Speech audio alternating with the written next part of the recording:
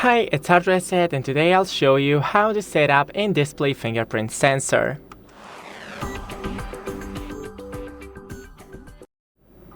So first, go into the settings. Let me just lower the brightness for you. Then go into fingerprint, face data, and screen lock. Then fingerprint unlock. Type in your password. Add fingerprint. Password once again.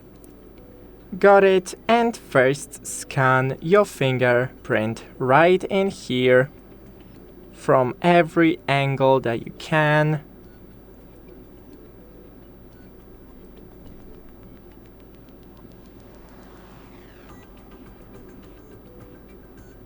Okay, and now it's done.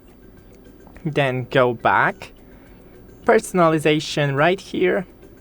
Scroll to fingerprint effects, and here you can enable the fingerprint animation and search for one that you're most interested in.